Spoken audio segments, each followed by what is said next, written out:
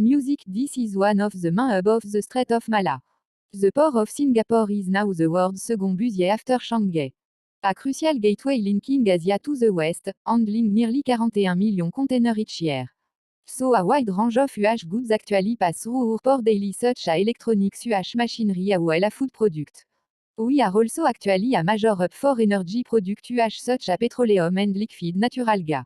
Singapore has always been a major trade route a Kinodin a major trade route UH in the region. There are close to more than 200 shipping lines global shipping lines that connect UHs to more than 600 ports in the world. 60 years after its independence from Malaysia, Singapore has evolved from a small fishing village in the 1950s to a thriving global metropolis. With a territory half the size of London, the country now has the highest GDP per capita in Asia with no tax on dividend, low corporate tax rate. Singapore is the fourth largest financial center in the world, an Eldorado for multinationals. In the past 5 years, the French Chamber of Commerce has helped 250 French subsidiaries set up here. All the big companies are here. I think there are an estimated 7,000 multinational corporations in Singapore. It's a very business-friendly environment with exceptional stability since Singapore's independence. Singapore was built thanks to a wave of Asian migration in the 19th century. Today, 75% of its population is of Chinese origin, the rest Malay or Indian. In the city Statesman Museum, the national narrative celebrates figures from a bygone era like the rickshaw. Nice, I travel by ship all the way down to Singapore. Many of us come here to seek a better life. Want to earn money so you can send back home to China. In 1819, British officer Stamford Raffles turned Singapore into a colonial trading post. 200 years later, his name is still celebrated.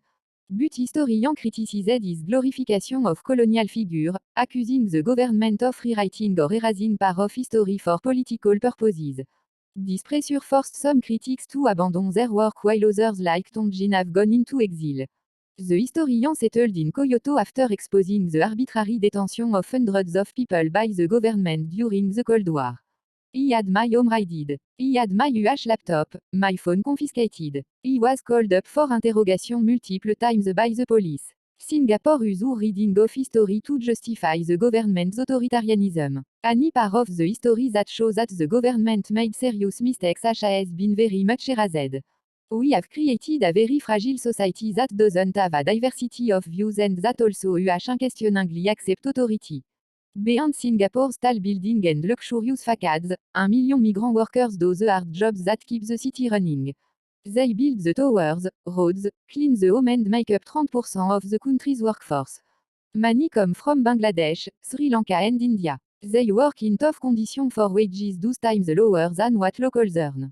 Yes, no problem. When working shipyard stay, right.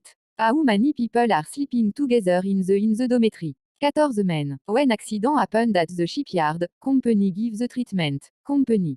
Every evening, Ethan and this organization meet workers, providing them with food and support against abuse from their employers. They often have to pay really high recruitment fees, a high of 1,000 Singapore dollars. Whatever unreasonable thing that the employee asks them to do, they will follow. And in fact in the past couple of years we had like a record high number of fatality meaning workers who lost their life despite having the protection in place the actual. Enforcement of the protection are not there. Singapore a temple of ultra performance wrapped in a democratic illusion. Since 1965 the People's Action Party has remained in power without interruption.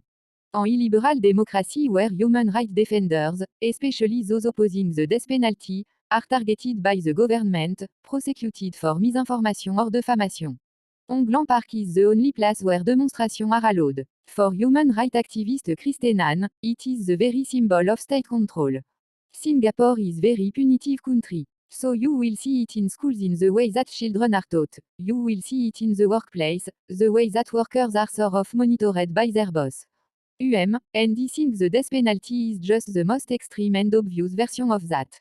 There were some things that we did 15 years ago that we would be investigated for today, but we weren't back then.